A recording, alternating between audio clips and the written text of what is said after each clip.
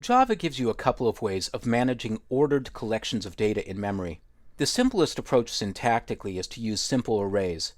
Simple arrays are very easy to code, but they're not particularly flexible. There are a couple of things to know about simple arrays. First, all of the items in an array must be of the same type. So you can create an array of integers or create an array of strings, but you can't create an array that contains both. Also, when you declare an array, it's always of a fixed size. You set the size when you declare it, and you can't change the size at runtime. If you want to use resizable arrays, you'll want to take a look at the class ArrayList, which I'll describe in a separate video. There are a few different syntax styles that you can use to declare and initialize an array.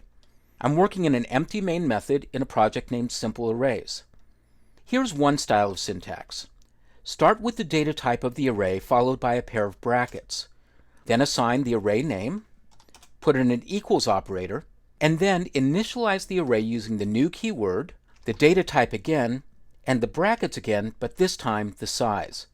So this is an array of 3 integers. Now I'll add a little bit of looping code. I'll type in 4 and press Control Space, and I'll choose Iterate Over Array. I'm iterating over the A1 array. Eclipse figured that out for me. And within the for loop, I'll output system.out.println, and I'll output the value of A1 bracket I bracket, meaning the item at position I. I'll save and run the application, and the output is 3 zeros. Now, there's a variation on this syntax that's possible, and it's completely a matter of preference which one you use. I'm going to select and copy this block of code, and then paste it in. I'll change the name of the second array to A2. I'll make the change in 3 places, here, here, and here. And then I'm going to take the brackets and move them from after the data type and paste them after the array name.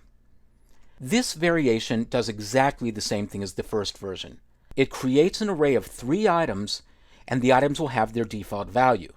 Integers, just like all other primitive numeric types, have a default value of 0.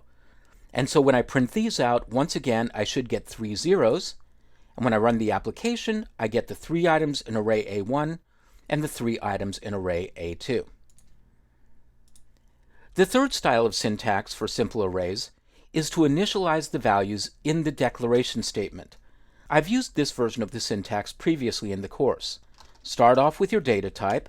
Once again, you can place the brackets either after the data type or after the array name, and then put in a pair of curly braces, and then declare your list of items as a comma-delimited list.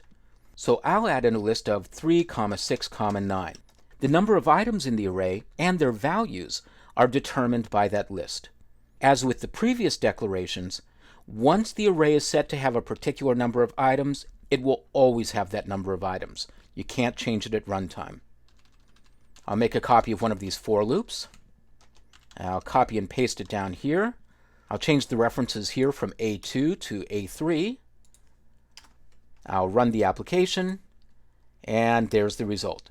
The last array has values of 3, 6, and 9.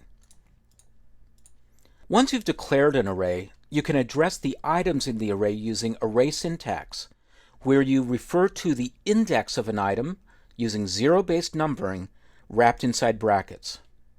So for example, I could say system.out.println.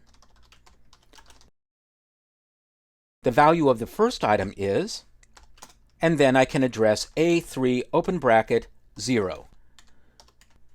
I'll save and run the application, and I see that the value of the first item is 3.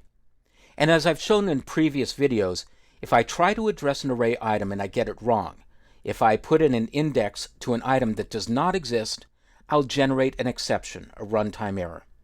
So that's the basics of simple arrays. Once again, the syntax can vary a little bit. You can place these initial brackets either after the data type or after the array name.